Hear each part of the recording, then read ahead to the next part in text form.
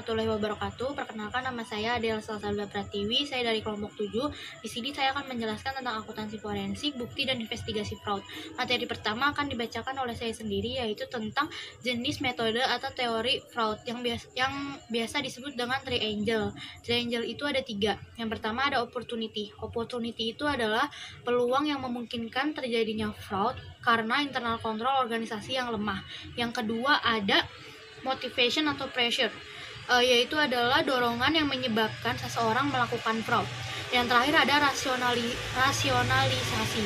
Rasionalisasi itu biasanya menjadi elemen dalam terjadinya fraud ketika seseorang melakukannya untuk menyelamatkan dirinya sendiri. Misalnya dengan alasan dia melakukan fraud itu untuk keluarganya. Suatu fraud yang dilakukan terjadi apabila ada prediksi, artinya itu ada gejala atau indikasi atau yang bisa disebut dengan red flag bahwa fraud mungkin terjadi. Prediksi itu mungkin muncul karena seseorang memberikan indikasi bahwa fraud mungkin terjadi, seperti memberikan tip atau keluhan, atau mungkin berasal dari pencarian proaktif untuk gejala fraud. Begitu ada indikasi fraud, mereka yang terlibat harus memutuskan apakah akan menyelidiki fraud atau tidak. Yang memutuskan untuk menyelidiki fraud ini seperti auditor. Teori fraud adalah seperangkat anggapan yang terkait dengan pertanyaan klasik tentang siapa, apa, di mana, mengapa, dan bagaimana. Dari sudut pandang bukti, investigasi fraud adalah proses yang melibatkan serangkaian langkah pengumpulan bukti yang dilakukan penyidik untuk mendapatkan jawaban yang disempurnakan secara berurutan atas pertanyaan-pertanyaan dasar yang tadi.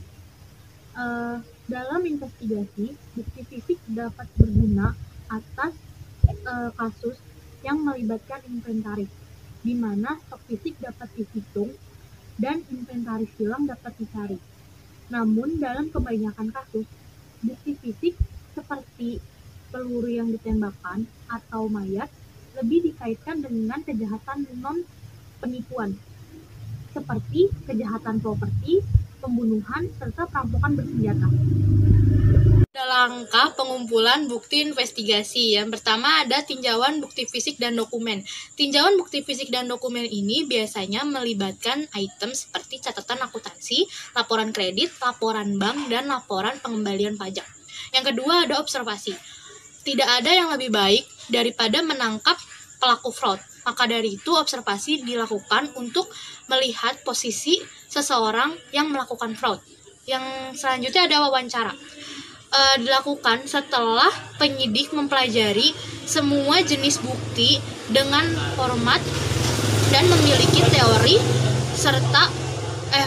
teori skema fraud yang cukup kuat yang sedang dipertimbangkan. Selanjutnya ada urutan wawancara. Urutan wawancara itu biasanya umumnya harus dilakukan dalam urutan tertentu. Sekian dari saya, akan dilanjutkan oleh teman saya. Terima kasih. Baik, selanjutnya membahas mengenai penerapan pendekatan teori fraud untuk panduan proses pengumpulan data. Yang mana dalam proses penyelidikan kita harus mengetahui landasan teorinya terlebih dahulu. Seperti yang sudah kita ketahui bahwa teori fraud itu ada 3 macam. Yang pertama ada triangle, yang kedua ada diamond, yang ketiga ada pentagon. Di dalam penyelidikan ini kita harus mengetahui sebuah teori karena untuk mengetahui jenis teori seperti apa yang sedang kita tangani, dan juga teori tersebut bermanfaat untuk sebagai bahan panduan penyelidikan. Selanjutnya ada skema fraud. Dalam skema fraud ini merupakan sebuah alur mengenai sebuah pertanyaan jawaban mengenai teori fraud, yang mana di dalamnya harus memiliki bukti-bukti terlebih dahulu untuk sebagai bahan pertimbangan dalam penyelidikan. Selanjutnya rangkaian skema fraud, yang mana di dalamnya membahas mengenai apa, siapa, bagaimana, kapan, dan di mana. Apa ini membahas mengenai suatu objek apakah yang dicuri atau yang diambil, ataukah berupa uang ataupun benda lainnya. Dan selanjutnya, siapa ini mengenai suatu subjek atau orang, siapakah yang mencuri ataukah siapa yang mengambil barang tersebut. Dan selanjutnya bagaimana. Nah, bagaimana ini mengenai sebuah perihal kejadiannya, mengenai bagaimana kejadiannya dan yang lainnya. Selanjutnya kapan ini menunjukkan sebuah waktu, kapan terjadinya, dan kapan pelaku ini mencuri atau mengambil. Nah, selanjutnya membahas mengenai di mana. Di mana ini menunjukkan sebuah tempat di mana si pelaku ini mencuri sebuah barang tersebut atau sebuah uang tersebut. Selanjutnya ada bukti investigasi. Dalam bukti investigasinya ada 4, yaitu pertama ada bukti fisik, yang kedua ada bukti kesaksian, yang ketiga ada bukti dokumen, yang keempat ada bukti demonstratif. Yang mana bukti fisik ini merupakan bukti yang nyata atau yang terlihat gitu kan. Nah, yang kedua ada bukti kesaksian, yang mana dalam kesaksian ini ada 2. Yang pertama ada kesaksian ahli, yang kedua ada kesaksian fakta. Yang mana dalam kesaksian ahli ini berdasarkan profesinya atau keahliannya. Sedangkan saksi fakta yaitu yang melihat secara langsung. Terus selanjutnya ada bukti dokumen. Bukti dokumen ini berupa dokumen-dokumen yang bisa dijadikan bukti, misalnya terjadi pencurian uang atau di kantor kan, misalnya ada pencurian uang di kantor. Nah, itu bukti dokumennya berupa misalnya laporan keuangannya, laporan persediaan, bisa dijadikan sebagai bahan bukti. Nah, selanjutnya ada bukti demonstratif, yang mana bukti demonstratif ini berupa bukti grafik yang dapat menunjukkan naik turunnya suatu keuangan atau yang lainnya.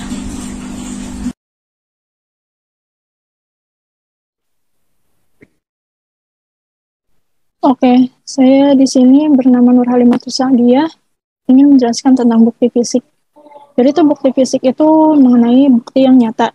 Itu mengacu pada kategori yang sangat luas, itu seperti mencakup sidik jari atau bukti jejak seperti itu, berkaitan dengan mungkinnya seperti ada pemalsuan di dalam investigasi tersebut.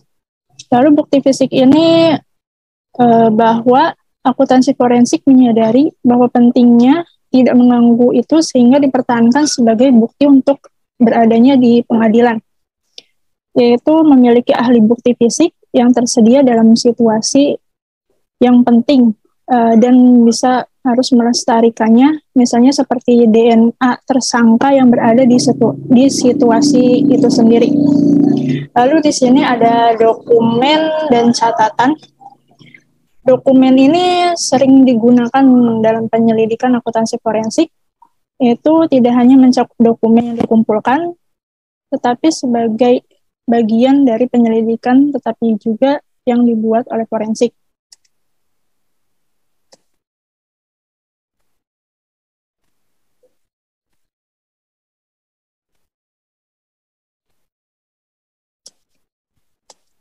Lalu selanjutnya di sini ada bukti dokumen, yaitu aspek dokumenter. Nah, aspek dokumenter ini ada rantai pengawasan dokumen, terus penandaan bukti. Lalu yang ketiga ada organisasi bukti dokumenter. Yang keempat ada koordinasi bukti. Yang kelima ada aturan mengenai dokumen asli versus salinan. Yang pertama itu ada rantai pengawasan dokumen, yaitu rantai tahanan berarti kayak seperti pengawasan bahwa catatan harus disimpan ketika dokumen diterima dan apa yang terjadi padanya itu sejak diterimanya.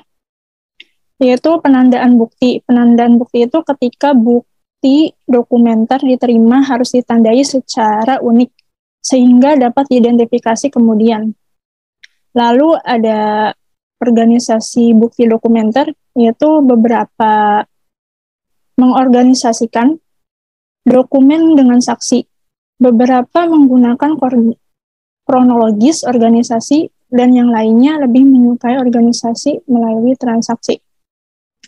Terus adanya koordinasi bukti, yaitu seperti penyelidik dapat memutuskan untuk membagikan bukti dan rencana kegiatan melalui serangkaian rapat, dan seperti mereka itu mungkin menggunakan penyimpanan cloud atau seperti drive untuk berbagai dokumen. Yang ini aturan mengenai dokumen asli versus salinan. Yang pastinya dokumen asli dan versus salinan itu kayak seperti versus salinan seperti fotokopi. Nah, dokumen asli versus fotokopi itu lebih pentingan mana, yaitu pastinya mengenai dokumen asli. Kalau seumpama versus salinan itu kayak versus fotokopi, itu bisa jadi kemungkinan bukti tersebut bisa saja dipalsukan. Jadi itu fotokopi juga biasanya digunakan selama investigasi juga. Kebanyakan kasus menyimpan dokumen asli untuk digunakan dalam uji coba yang sebenarnya. Jadi dokumen asli itu hanya sepenting-pentingnya saja. Kalau seumpama versus fotokopi itu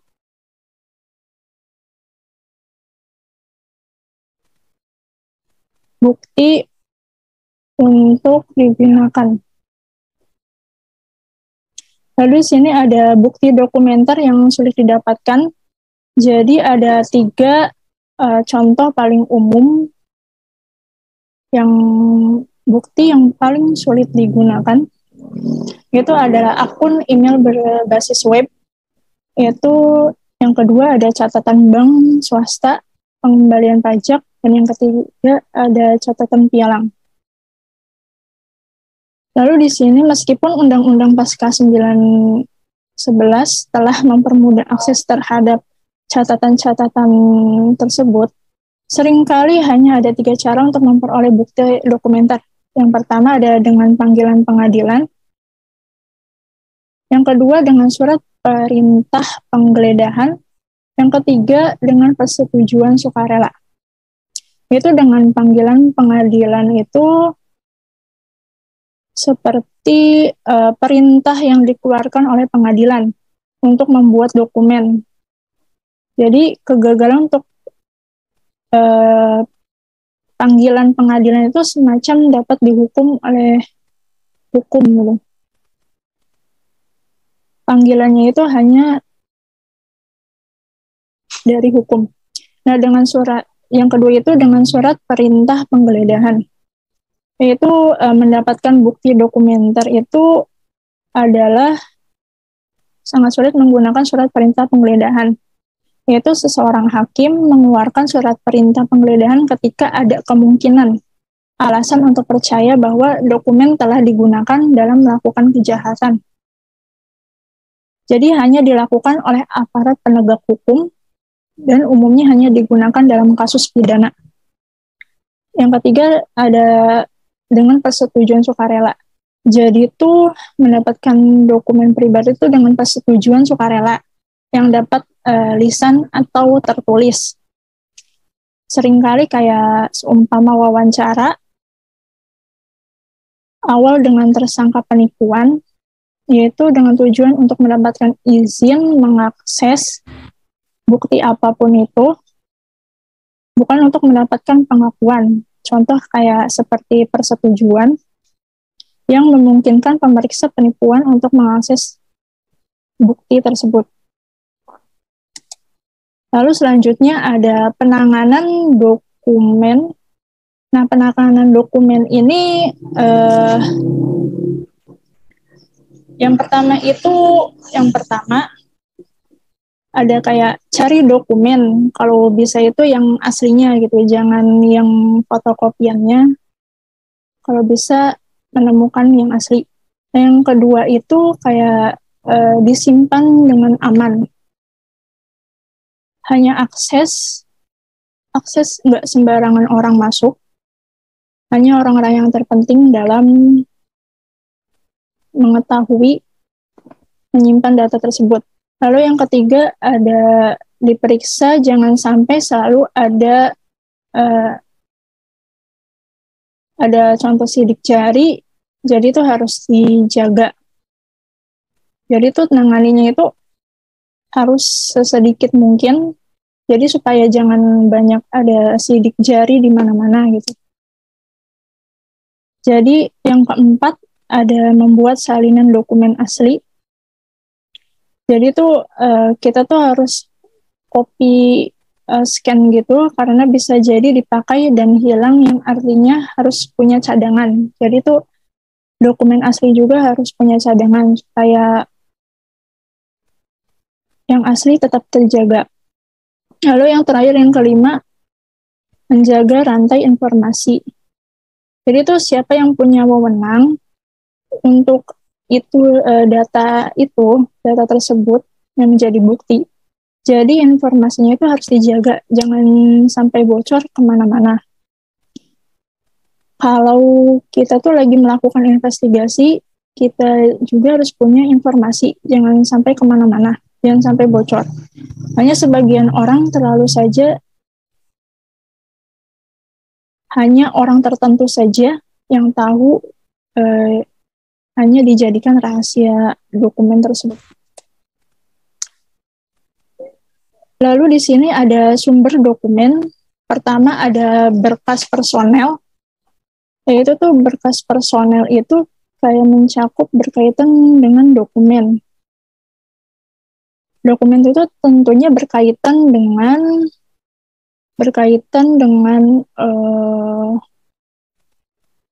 kita tuh curiga, mereka-mereka yang kita curiga itu data-data kayak seumpama ada di tempat kejadian itu, tentunya dokumen berkaitan dengan personil yang ada di seperti contohnya tuh kayak di gudang atau di tempat-tempat yang akan digeledah itu. Lalu yang kedua ada resume. Dari pemeriksaan latar belakang terhadap resume tersangka. Jadi itu kayak riwayat hidupnya. Jadi itu kayak latar belakang orang itu tuh, kalau latar belakangnya tuh misalnya tuh buruk atau ada sesuatu di dalam catatan itu, kita lebih akan banget curiga terhadap orang itu dibandingkan kalau seseorang yang latar belakangnya itu baik-baik saja. Nah, latar belakang itu sisinya orang itu bisa kita jadikan patokan untuk menuduh dan meneruskan penyelidikan kita, resume itu. Nah, yang ketiga itu ada rekan kerja saat ini. Jadi itu kayak rekan kerja itu tuh kayak membantu tersangka itu memberikan informasi. Rekan kerja itu memberikan informasi bahwa tersangka itu bisa ada bukti. Mempertanyakan rekan kerja. Terus ada teman dan rekan. Nah, penyelidik juga itu bertanya kepada teman atau kenalan tersangka dengan menggunakan salah satu dari sejumlah yang dibebankan atau tanggung jawab. Jadi sama saja rekan atau teman dan rekan kerja itu tuh jadi sebagai bukti juga untuk tersangka, teman terdekat, supaya bukti itu cukup. Sekian dari saya. Dokumen selanjutnya, pertama dari situ selain negara asal tersangka, dalam beberapa kasus, tersangka bisa melakukan kejahatan di negara bagian lain. Hal ini terjadi ketika dia tinggal di dekat perbatasan negara. Oleh karena itu, membatasi pencarian ke negara di mana tersangka tinggal mungkin bukan cara yang efektif untuk mengumpulkan bukti. Yang kedua, situs jejaring sosial seperti Facebook dapat menjadi sumber bukti. Situs ini bisa sangat bermanfaat dalam memberikan bukti untuk kasus pengadilan yang melibatkan perceraian. Yang ketiga, ada catatan tersedia untuk umum. Tempat yang bagus untuk memulai pencarian bukti adalah dalam catatan publik karena kemampuan mereka. Yang terakhir ada catatan terbatas. Catatan berikut dapat dibatasi untuk kelompok orang seperti karyawan federal dan negara bagian dan personil penegak hukum. Analisis dan teknik audit. Ketika dugaan fraud adalah misalnya penggelapan atau salah saji laporan keuangan, akuntan forensik dapat menggunakan teknik tertentu untuk mengumpulkan bukti yang dapat mengarah pada penentuan siapa, apa, kapan, dan mengapa mengenai penipuan. Metode untuk mencegah dan mendeteksi penipuan dibahas dalam bab lain. Kadang-kadang satu metode, misalnya prosedur analitis, dapat digunakan sebagai alat deteksi dan kemudian sebagai alat investigasi penipuan yang sudah dicurigai. Prosedur analisis. Pertama ada perbandingan data keuangan dengan data keuangan sebelumnya. Dapat memberikan bukti kemungkinan penipuan dan dapat digunakan untuk menemukan area dalam laporan keuangan yang terkena dampak penipuan. Kedua, analisis rasio dan data keuangan historis. Sering digunakan dalam penyelidikan fraud. Dua pendekatan adalah analisis horizontal dan vertikal. Analisis horizontal adalah perbandingan berdampingan dari laporan keuangan atau data. Sedangkan analisis vertikal adalah analisis hubungan dalam laporan keuangan tertentu. Ketiga, perbandingan data keuangan dengan data industri. Membandingkan informasi klien seperti persentase dengan data industri dapat membantu deteksi penipuan serta estimasi jumlah kerugian penipuan yang dialami oleh korban.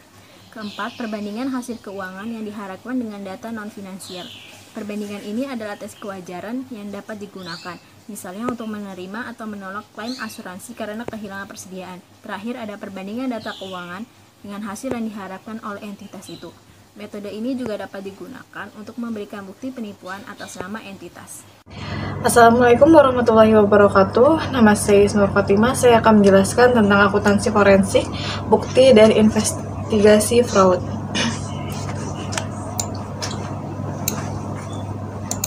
Yang pertama, saya akan menjelaskan tentang lanjutan prosedur analisis yang sudah dijelaskan sebelumnya. Yang pertama, perbandingan data dengan hasil yang diharapkan oleh akuntan forensik. Jika misalnya bisnis yang sedang diselidiki oleh akuntan forensik berjalan sangat baik, sementara bisnis yang serupa itu tidak baik, misalnya karena penurunan ekonomi, bisnis yang sedang diselidiki dapat terlibat dalam kegiatan ilegal, misalnya transaksi narkoba. Nah, untuk tracing versus poaching, yaitu proses ini disebut menjamin.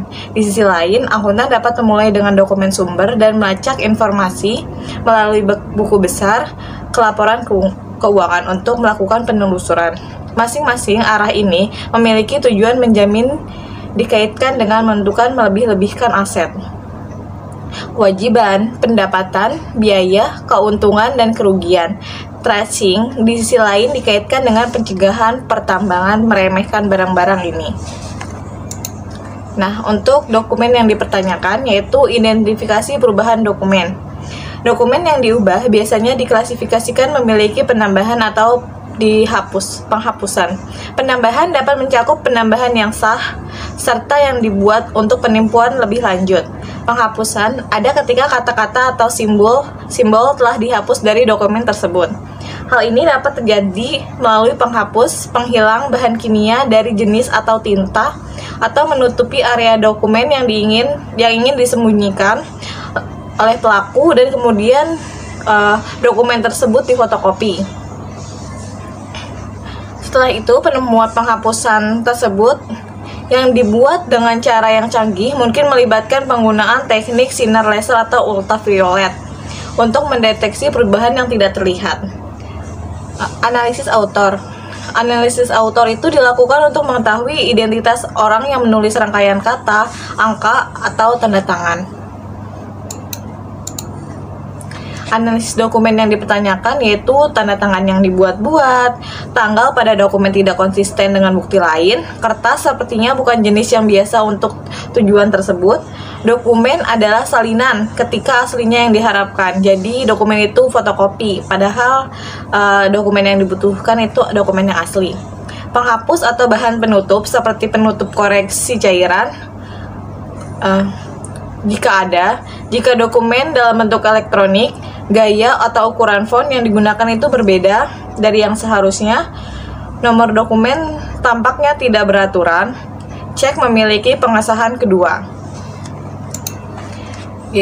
selanjutnya yaitu bukti observasi. Bukti observasional dapat dikumpulkan sebagai hasil dari pengawasan dan kesaksian rekan kerja. Bukti yang diberikan melalui observasi seringkali merupakan bukti yang paling meyakinkan dan paling mudah dipahami bagi juri yang seringkali tidak memiliki latar belakang yang diperlukan untuk memahami bukti dalam bentuk analisis akuntansi secara penuh. Agar metode pengamatan menjadi menarik, pelaku juga harus disaksikan oleh beberapa kali atau oleh 2 orang atau lebih individu yang objektif. Jenis bukti ini kadang-kadang disebut juga pengawasan dan dapat dilakukan oleh aparat penegak hukum, termasuk pegawai pemerintah atau warga negara swasta. Meskipun beberapa pembatasan berkaitan dengan penerimaan jenis bukti tertentu yang diperoleh oleh warga negara melalui penggunaan operasi penyamaran. Terima kasih.